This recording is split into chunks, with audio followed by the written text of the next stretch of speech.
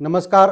सकाळी 7च्या महाफास्ट बातम्या या कार्यक्रमामध्ये मी शकील सय्यद आपल्या सर्वांचे मनपूर्वक सहर्ष स्वागत करतो. मलवडी तालुका फलटण येथे CCTV कॅमेरे हे बसवण्यात आले आणि हे CCTV कॅमेरे ग्रामपंचायत मलवडी यांच्यातर्फे बसवण्यात आले.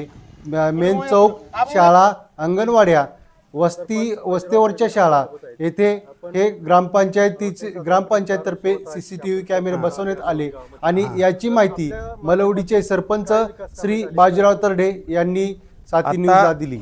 शिवसेना पदाधिकाऱ्यांची बैठक फलटण येथे पार पडली. फलटण कोरेगाव विधानसभा मतदारसंघातील शिवसेनेच्या प्रमुख पदाधिकाऱ्यांची बैठक विश्रामगृह येथे जिल्हा प्रमुख माननीय चंद्रकांत दादा जाधव व जिल्हा समन्वयक माननीय विराज भैया खराडे, उपजिल्हा प्रमुख अविनाश फरतडे यांच्या उपस्थितीत पार पडली. फलटण तालुक्यातील साखरवाडी येथे जिओ कंपनीचा टावर आहे, परंतु साखरवाडी या गावामध्ये रेंज नसल्यामुळे नागरिक हे त्रस्त झाले होते.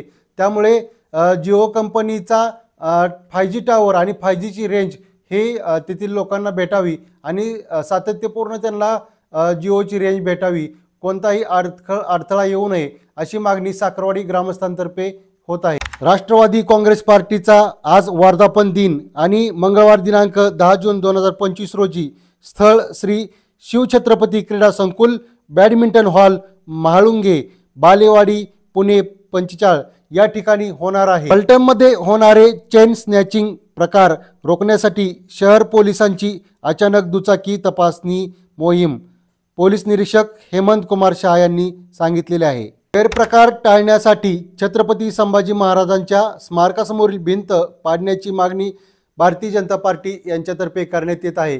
त्याचबरोबर अनेक सामाजिक कार्यकर्ते यांच्या माध्यमातून सांगण्यात येत आहे, जो कोणी व्यक्ती व्यसन करून इथे गुटखा खाऊन इथं घाण करणार असेल किंवा इथं काही गैरप्रकार करणार असेल त्यांना सामाजिक कार्यकर्त्यांकडून चोप दिला जाईल अशीही तिथं सांगण्यात आलेलं आहे. दिव्यांगांचे प्रश्न हे विधानसभेमध्ये मांडणारे माननीय श्री बच्चूभाऊ कडू, त्याचबरोबर शेतकऱ्यांचे प्रश्न विधानसभेमध्ये मांडणारे माननीय श्री बच्चूभाऊ कडू हे उपोषणाला बसत आहेत. त्यांनी सांगितलेलं आहे की दिव्यांगांना 6,000 रुपये महिना आणि शेतकऱ्यांना कर्जमाफी दिल्याशिवाय जायचं नाही. मुंब्रा येथे ट्रेनमधून पडून 8 लोकांचा जागीच मृत्यू झालेला आहे व अजून 10 ते 15 जण हे गंभीर जखमी असल्याचं समोर येत आहे.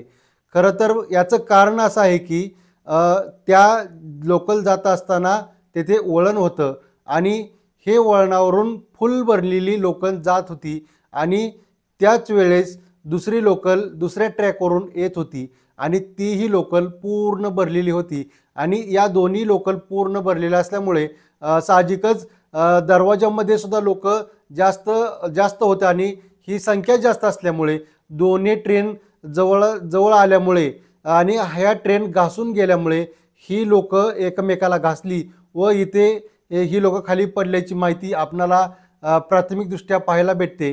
यामुळे 8 लोकांचा मृत्यू तिथे झालेला आहे. त्याचबरोबर अनेक लोक ही तिथे जखमी आहेत. शासनाने या लोकांसाठी 5 लाखाची मदत जाहीर केलेली आहे. याच्या अगोदर सुद्धा अनेक लोकांचा मृत्यू झालेला आहे, परंतु सध्या हा आकडा जास्त असल्यामुळे आपल्याला पाहायला भेटतंय की आता 8 लोकांचा मृत्यू झालेला आहे. तरी या रेल्वे अपघात टाळण्यासाठी शासन काय नियोजन करणार याकडे लक्ष नागरिकांचं लागलेलं आहे.